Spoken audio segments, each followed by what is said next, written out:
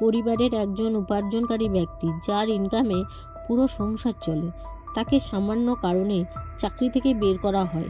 হঠাৎ করে চাকরিতে হারিয়ে একেবারে দিশেহারা হয়ে পড়ে। সে ভেবে পাচ্ছিল না যে সে কি করবে। এই সব ভাবতে ভাবতে সে কোম্পানিতে চাকরি করত, সেই কোম্পানিতেই ডাকাতি করবে। এরপর কয়েকজন বন্ধু মিলে দুর্দান্ত একটা ডাকাতি প্ল্যান করে। এমন একটি চাঞ্চল্যকর ঘটনা নিয়ে হাজির হয়েছি। এই মুভির নাম লোগান লাকি। গল্পের শুরুতে আমরা দেখতে পাই জিমি ও তার মেয়েকে। জিমি ও তার মেয়ে দুজনেই গল্প করছে। জিমি অল্প টাকার চাকরি করত, দিয়ে সংসার চালাতো। জিমির ওয়াইফ জিমিকে কিছুদিন আগে ডিভোর্স দিয়েছে। জিমি তার মেয়েকে মাঝে মাঝেই মায়ের কাছ থেকে নিয়ে আসতো। তারপরে দেখা যায় জিমি একটা কনস্ট্রাকশন আন্ডারগ্রাউন্ডে কাজ করছিল। তার কিছু পরেই জিমিকে তার বস ডেকে পাঠায়। তার বস জানায় জিমিকে যে তাকে চাকরিচ্যুত করা হয়েছে। কেন করা হয়েছে, কারণ কিনা যখন চাকরিতে জয়েন করেছিল তখন তার পায়ের সমস্যা ছিল, সেটাতে জানায়নি। কোনো সমস্যা থাকলে সেই চাকরি করা যাবে না, তাই জিমিকে চাকরিচ্যুত করা হয়েছে। জিমিকে চাকরিচ্যুত করার পর জিমি কি করবে বুঝে উঠতে পারছিল না। তার আর্থিক অবস্থা এমনিতেই ভালো ছিল না। জিমির একটা বোন ছিল, তার নাম মিলি। সে পার্লারে কাজ করত। জিমি তার এক্স ওয়াইফ ববির কাছে যায় তার মেয়েকে দেখার জন্য। সে জিমির ওয়াইফ ববি সে বর্তমান স্বামীকে নিয়ে সুখে শান্তিতে সংসারই করছিল, কিন্তু ওরা অন্য শহরে শিফট হবে শুনে জিমির খুব মন খারাপ হয়ে যায়, রেগে যায় জিমি আর মাঝে মাঝে তার মেয়েকে দেখতে পাবে না। সে রাগান্বিত হয়েই সেখান থেকে চলে যায়। তারপরে যায় একটা বারে গিয়ে তার ভাইয়ের সঙ্গে ক্লাইড, তার ভাইয়ের নাম, ভাইয়ের সঙ্গে কথাবার্তা বলে। ক্লাইডের একটা হাত নেই কারণ আর্মিতে কাজ করছিল। দুর্ঘটনাবশত হাতটি কেটে গেছে। কিছু লোকজন এসে তার হাতটা কাটা নিয়ে খুব হাসাহাসি ঠাট্টা করে, কিন্তু তার ভাইকে অপমান করার জন্য জিমি খুব রাগারাগি করে মারামারি করে। জিমিরও আর্থিক অবস্থা তেমন ভালো ছিল না, আর ক্লাইডও আর্থিক অবস্থা তেমন ভালো ছিল না। সেজন্য তারা ডাকাতি করবে পরিকল্পনা করে। জিমি যেখানে চাকরি করত সেখানেই ডাকাতি করবে পরিকল্পনা করে। জিমি একটা স্টেডিয়ামের নিচেতে কনস্ট্রাকশনের কাজ করত। সেই কাজ করার সময় আন্ডারগ্রাউন্ডে কয়েকটি পাইপ লাইন দেখেছিল। টাকা, দোকানের টাকা, সমস্ত কিছু টাকাই ওই পাইপ লাইন দিয়ে আন্ডারগ্রাউন্ডে জমা হতো।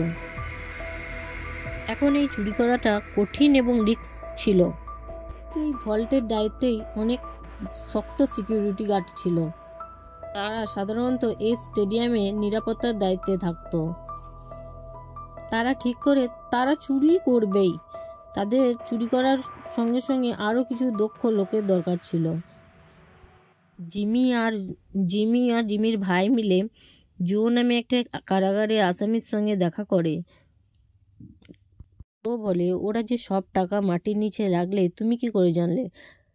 তখন জিমি বলে যে সে ওখানে কাজ করেছে, সে তাই খুব ভালো করেই জানে। কিন্তু জো বলে যে 6 মাস তাকে অপেক্ষা করতে হবে, কারণ 6 মাসের আগে তাকে ছাড় পাবে না। তাই জিমি ও তার ভাই প্ল্যান করে যে তাকে বার করে নিয়ে যেতে হবে, 1 মাসের মধ্যেই তাকে কাজটা কমপ্লিট করতে হবে।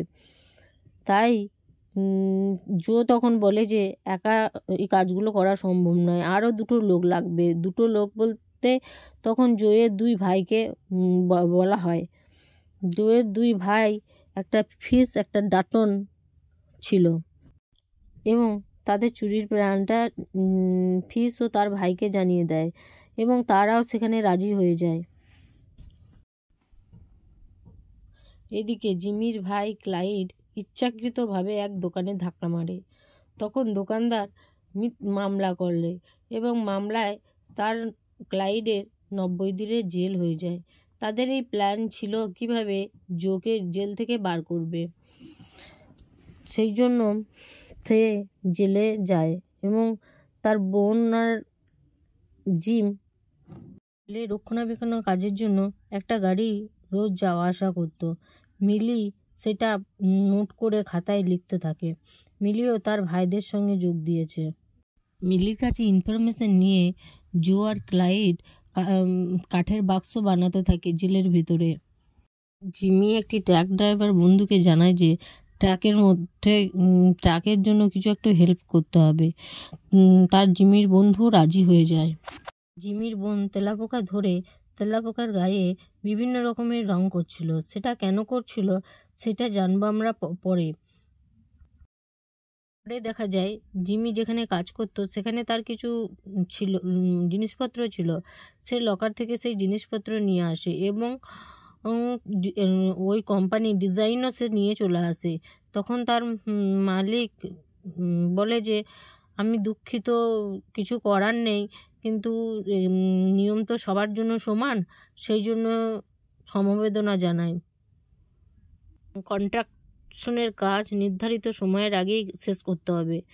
তাই জিমি তার ভাইকে বলে যে 1 মাসের জায়গায় দিনটা আর বেশি দিন নয়, অল্প দিনের মধ্যে এই কাজটা করতে হবে, নইলে আর হয়তো ডাকাতি করাটা আর হবে না।